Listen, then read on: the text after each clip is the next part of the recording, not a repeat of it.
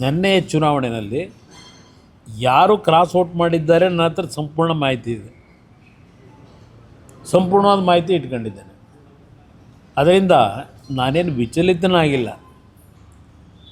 ಯಾರ್ಯಾರು cross out ಮಾಡಿದ್ದಾರೆ ಅಂತಕ್ಕಂಥದ್ದು ಮೊದಲೇ ನಾನು ನಿರೀಕ್ಷೆನೂ ಇಟ್ಕೊಂಡಿದ್ದೆ, ಅದು ಯಾರಿಂದ ಹೋಗುತ್ತೆ ಅಂತ ಇದೆ. ಅದರಿಂದ ಇದೇನು ಈ ಚುನಾವಣೆಯ ಫಲಿತಾಂಶ ಕ್ರಾಸ್ ಔಟಿಂಗು ನನಗೇನು ಯಾವುದೇ ರೀತಿ ಆಘಾತ ಅಚ್ಚರಿ ಯಾವುದೂ ಉಂಟು ಮಾಡಿಲ್ಲ. ಮೊದಲೇ ನನಗೆ ಇದರ ಅರಿವು ಇಟ್ಕೊಂಡಿದ್ದೆ. ಅದರಿಂದ ನಾನು ಹೆಚ್ಚಿಗೆ ಈ ಚುನಾವಣೆಯಲ್ಲಿ ನಮ್ಮ ಮನೆ ದೇವಸ್ಥಾನಕ್ಕೆ ಹಾಕೋದೆ ಆರಾಮಾಗಿ. ನನಗೆ ಗೊತ್ತಿತ್ತು ಇದು. ನಾನು ಸಾಂಕೇತಿಕವಾಗಿ ನನ್ನ ಪಕ್ಷದ ಶಾಸಕರು ಈಗಲೂ ಯಾವ ರೀತಿ ನಡ್ಕೋಬೋದು ಅಂತಕ್ಕಂಥದ್ದನ್ನು ಪರೀಕ್ಷೆ ಆಗಲಿ ಅಂತಲೇ ಇವತ್ತು ಅಭ್ಯರ್ಥಿ ಹಾಕಿದ್ದೆ. ಅದಕ್ಕೆ ನಾನಾ ರೀಸನ್ಗಳಿದೆ, ಅದು ಬೇಡ ಸಾರ್ವಜನಿಕವಾಗಿ ಬೇಡ.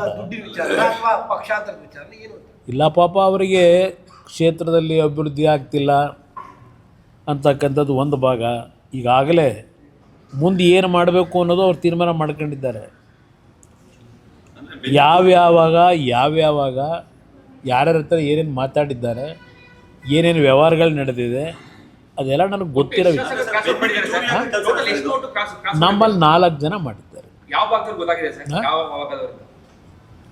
ಯಾರು ಅಂತಕ್ಕಂಥದ್ದು ಗೊತ್ತಾಗಿದೆ,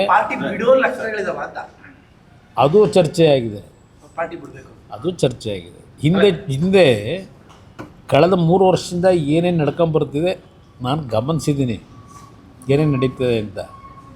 ಅದು ಗಮನಿಸಿದ್ರೂ ನಾನು ಅವ್ರಿಗೆ, ನೋಡ್ರಪ್ಪ ನಿಮ್ಮ ಕ್ಷೇತ್ರದಲ್ಲಿ ಜನಗಳಿಗೆ ಏನೇನು ಮಾತು ಕೊಟ್ಟಿದ್ದೀರೋ, ಗೆಲ್ಲಿಸಿದ್ದಾರೆ, ನೀವು ಆ ಮಾತು ಜನಗಳ ಹತ್ರ ಉಳಿಸ್ಕೊಳ್ಳಿಕ್ಕೆ ಮಾತು ಕೊಟ್ಟಿರ್ತಕ್ಕಂಥದ್ದು ನಿಮಗೆ ಅನುಕೂಲಗಳು ಮಾಡ್ಕೋಬೇಕು ಅಂದರೆ ಇವತ್ತು ನೀವು ನಿಮ್ಮ ಜಾತಿ ಹೆಸರಿನಲ್ಲೋ ಇಲ್ಲ ಇನ್ಯಾವುದೋ ಒಂದು ಇದರಲ್ಲಿ ಯಾವ್ಯಾವ ರೀತಿ ನಿಮ್ಮ ಕ್ಷೇತ್ರಕ್ಕೆ ಅಭಿವೃದ್ಧಿ ಮಾಡ್ಕೋಬೇಕು ಮಾಡ್ಕೊಳ್ರಪ್ಪ ಅಂತಲೂ ನಾನು ಹೇಳಿದ್ದೀನಿ.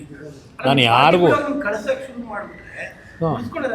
ಹೊಸಬ್ರು ಬರ್ತಾರೆ, ಅದೇ ಜನ್ಜಿ ಅಂತ ಈಗ ಹೊಸದಾಗಿ ಶುರುವಾಗಿದೆಯಲ್ಲ, ಬಹಳ ಜನ ಬರ್ತಾರೆ.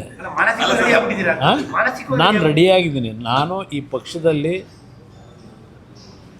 ಯುವಕರುಗಳಿಗೆ ಹೆಚ್ಚಿನ ಆದ್ಯತೆ ಕೊಡಬೇಕು, ಹೊಸ ಮಕ್ಕಳಿಗೆ ಅಂತಕ್ಕಂಥ ನಿರ್ಧಾರ ಮಾಡಿದ್ದೀನಿ.